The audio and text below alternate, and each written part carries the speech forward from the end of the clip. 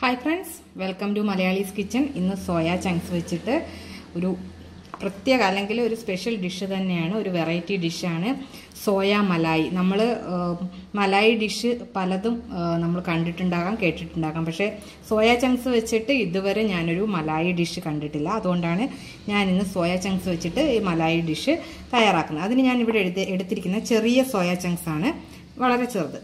അത് ഉപ്പ് മാത്രം, മഞ്ഞപ്പൊടി ഇടാതെ ഉപ്പ് മാത്രം ഇട്ട് വേവിച്ചതാണ്. അതിലേക്ക് ഞാൻ 2 വലിയ സവോളയാണ് എടുത്തിട്ടുള്ളത്. വലിയ സൈസ് 2 സവോള നീളത്തിൽ അരിഞ്ഞത്. അതുപോലെ 4 പച്ചമുളക്. നമ്മളിതിൽ മുളക് പൊടി ഇടുന്നില്ല, അതുകൊണ്ട് 4 പച്ചമുളക് എടുത്തിട്ടുണ്ട്. അതുപോലെ ഇഞ്ചി വെളുത്തുള്ളി പേസ്റ്റ്. ഇതിപ്പം നമുക്ക് സ്റ്റാർട്ടിങ്ങിൽ അല്ലെങ്കിൽ ആദ്യം അത്യാവശ്യമായിട്ട് വേണ്ടുന്നുള്ള കാര്യങ്ങളാണ്. ഞാനിവിടെ ചീനച്ചട്ടി വെച്ചിട്ടുണ്ട്. അതിലേക്ക് നമുക്ക് ഓയിൽ ഒഴിച്ചു കൊടുക്കാം. ഓയിൽ കുറച്ച് കൂടുതൽ ഒഴിക്കുന്നത് തരുന്നതല്ല, നമുക്കിതൊന്ന് ഈ സവാള ഒന്ന് ഫ്രൈ ചെയ്ത് എടുക്കണം. ഫ്രൈ ചെയ്യുക എന്ന് വെച്ച് കഴിഞ്ഞാൽ ഒന്ന് നന്നായിട്ട് വഴണ്ടി വരണം. സാധാരണ നമ്മൾ മലായിക്ക് സവാള അരച്ച് ചേർക്കുകയാണ് ചെയ്യുന്നത്.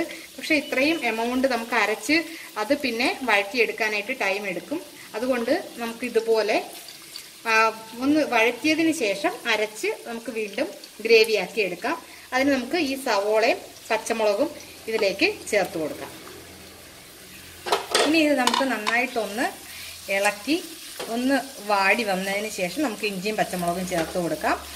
ഇത് ഇപ്പോൾ ഉപ്പ് ചേർക്കുന്നില്ല, ഉപ്പ് ചേർക്കാതെ തന്നെ നന്നായിട്ട് ഒന്ന് വാട്ടി എടുക്കണം. അങ്ങനെ നമുക്കിതൊന്ന് മിക്സ് ചെയ്തിട്ട് അടച്ച് വയ്ക്കാം. ഇതിപ്പോൾ 5 മിനിറ്റ് നന്നായിട്ട് അടച്ച് വെച്ച് വേവിച്ചതാണ്. ഒരു മീഡിയം ഫ്ലെയിമിലാണ് ഞാനിത് വേവിച്ചത്. നമുക്കിതിലേക്ക് 1 ടീസ്പൂണോളം ഇഞ്ചിയും വെളുത്തുള്ളിയും ചതച്ചത് ചേർത്ത് കൊടുക്കാം. ഇതിനി ഒരു 10 മിനിറ്റോളം നമ്മൾ ഇതുപോലെ തന്നെ ഇതിപ്പോൾ ഞാൻ ആദ്യം അടച്ച് വെച്ച് വേവിച്ചു. ഇനിയിപ്പോൾ അടച്ച് വെക്കാതെ നമുക്കിതൊന്ന് ഡ്രൈ ആയിട്ട് കിട്ടണം. അതുവരെ നമുക്കിതൊന്ന് വഴറ്റി വെയിറ്റ് ചെയ്യാം. ഇതിനകത്ത് ഇപ്പോൾ ഏകദേശം 10 മിനിറ്റ് ആയുള്ള നന്നായിട്ട് വഴറ്റി ഓപ്പണായിട്ട് എന്ന് വെച്ച് കഴിഞ്ഞാൽ തുറന്ന് വെച്ച് തന്നെ നമ്മൾ വഴറ്റിയതാണ്. അത് ഇടയ്ക്ക് സിമ്മിലിട്ടും അതുപോലെ ഹൈ ഫ്ലെയിമിൽ മീഡിയം ഫ്ലെയിമിലൊക്കെ നമ്മൾ തീ അഡ്ജസ്റ്റ് ചെയ്ത് വഴറ്റി ഈ ഒരു നല്ല ക്വാണ്ടിറ്റിയിൽ നമുക്ക് സവോള ഞാൻ എടുത്തിട്ടുണ്ടായിരുന്നു. ഇപ്പം ഇതാണ് ഇതിൻ്റെ ക്വാണ്ടിറ്റിയുടെ അളവ്. പിന്നെ ഒരു കാര്യം, പച്ചമുളക് ഓപ്ഷണലാണ്.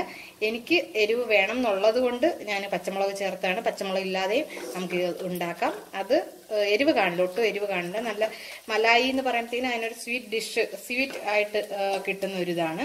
അപ്പോൾ ആ ഒരു രീതിയിൽ കിട്ടും. ഇതിനിപ്പം ഒന്ന് തണുത്ത് കഴിയുമ്പോൾ നമുക്കിതൊന്ന് അരച്ചെടുക്കാം.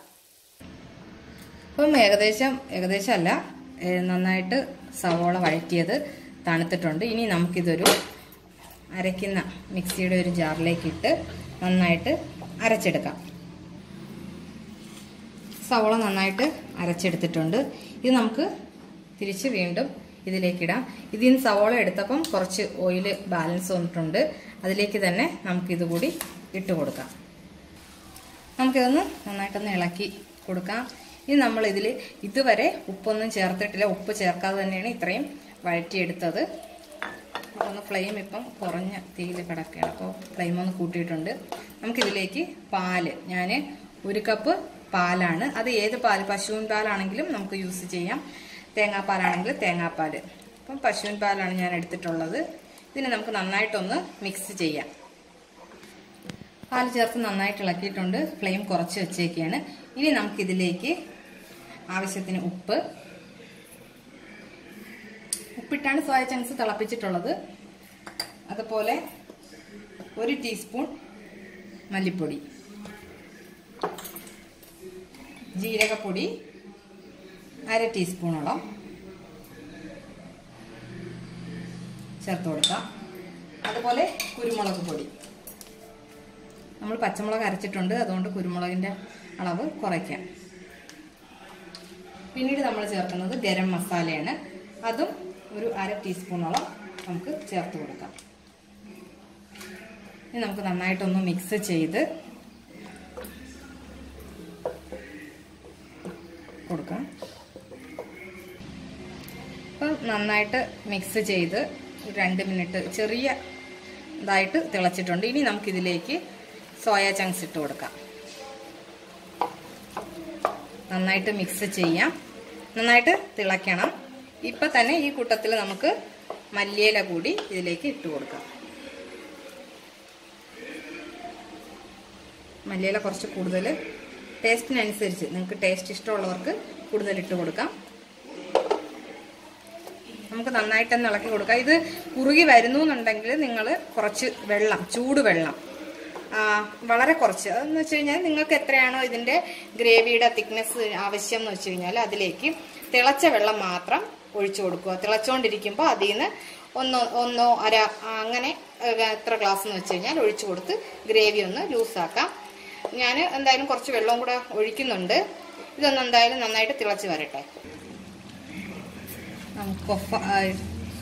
കൊഫ്ത ഒരു ടേസ്റ്റാണ്. കൊഫ്തയുടെ നമ്മൾ കഴിച്ചിട്ടുണ്ടെങ്കിൽ ആ ഒരു ടേസ്റ്റാണ് കിട്ടുന്നത്. ആ മലായി കൊഫ്തയുടെയൊക്കെ ആ ഒരു ടേസ്റ്റാണ് ഗ്രേവിക്ക് കിട്ടുന്നത്. അപ്പം ഞാൻ സോയ ചങ്ക്സ് വെച്ചിട്ട് ഉള്ള ഒരു മലായി ഗ്രേവി, തിക്ക് മലായി ഗ്രേവിയിൽ നമ്മൾ സോയ ചങ്ക്സ് യൂസ് ചെയ്ത് ഉണ്ടാക്കിയ ഡിഷാണ്.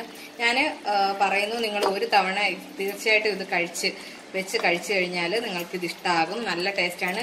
പ്രത്യേകിച്ച് വെജിറ്റേറിയൻസ്, ഇപ്പോൾ എഗ്ഗ് അല്ലെങ്കിൽ അതുപോലെയുള്ള കൊഫ്തയിൽ മലായി കൊഫ്ത അത് വെജിറ്റേറിയൻ ആണ്. എന്നിരുന്നാൽ പോലും അല്ലാതെ നമുക്ക് പെട്ടെന്ന് തയ്യാറാക്കാൻ പറ്റുന്ന നല്ലൊരു മലായി ഡിഷാണ് ഈ സോയ ചങ്ക്സ് വെച്ചിട്ട്. തീർച്ചയായിട്ടും നിങ്ങൾ ഇത് എല്ലാവരും ട്രൈ ചെയ്ത് നോക്കണം. അതുപോലെ കുക്ക് ചെയ്തതിന് ശേഷം നിങ്ങൾ തീർച്ചയായിട്ടും കമൻ്റ് അറിയിക്കുക. നല്ല റിസൾട്ടായിരിക്കും. കാര്യം എനിക്ക് തന്നെ അറിയാവുന്ന, ഞാനിത് 2-3 തവണ ട്രൈ ചെയ്ത് നോക്കി, എനിക്ക് തന്നെ വളരെയേറെ ഇഷ്ടപ്പെട്ട ഒന്നാണ്. അതുകൊണ്ടാണ് ഞാൻ നിങ്ങളിലേക്ക് ഈ ഒരു വീഡിയോ എത്തിച്ചത്. തീർച്ചയായിട്ടും നിങ്ങൾ ഈ ഒരു ഡിഷ് വീട്ടിൽ കുക്ക് ചെയ്ത് നോക്കുക. നമുക്കിതൊരു സെർവിങ് പ്ലേറ്റിലേക്ക് മാറ്റാം.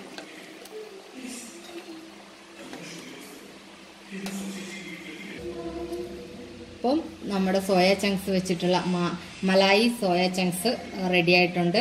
തീർച്ചയായിട്ടും ഈ മലായി സോയ നിങ്ങൾ ട്രൈ ചെയ്ത് നോക്കുക, കമൻറ്റ് ചെയ്യുക. വളരെ ഈസി എന്ന് വെച്ച് കഴിഞ്ഞാൽ കുറച്ച് ടൈം എടുക്കും, എന്നാൽ പോലും നല്ല ടേസ്റ്റാണ്.